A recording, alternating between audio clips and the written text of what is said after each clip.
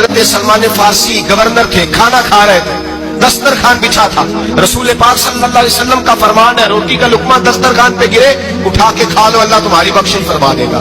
دسترخوان صاف ہوتا ہے، روٹی بڑے گورنر تھے آپ، بڑے بڑے سفیر بیٹھے تھے، وزیر بیٹھے تھے، روٹی کا لقمہ گر گیا۔ آج تو لوگ فیشن میں عزت ڈھونڈتے ہیں نا، وقار ڈھونڈتے ہیں کہ میں جدید دنیا کے ساتھ مل جاؤں۔ دیکھو عزت کس بات میں، حضرت سلمان فارسی روٹی کھا رہے تھے، سفیر وزیر نہ جانے بڑے بڑے لوگ بیٹھے تھے، کھانا کھاتے کھاتے لقمہ گرا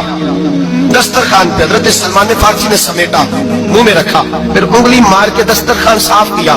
ایک صحابی کان میں کہنے لگے سلمان کیا کر رہے ہو، کیا کر، آپ گورنر ہیں، سوچئے تو صحیح، یہ لوگ کیا کہیں گے دنیا دار کے مسلمانوں کو روٹی نہیں ملتی، اٹھا اٹھا کے کھا رہے۔ کان میں بات کی، کان میں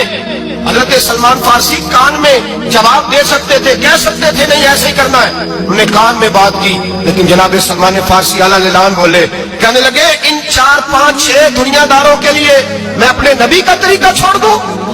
اپنے رسول کی سنت چھوڑ دوں،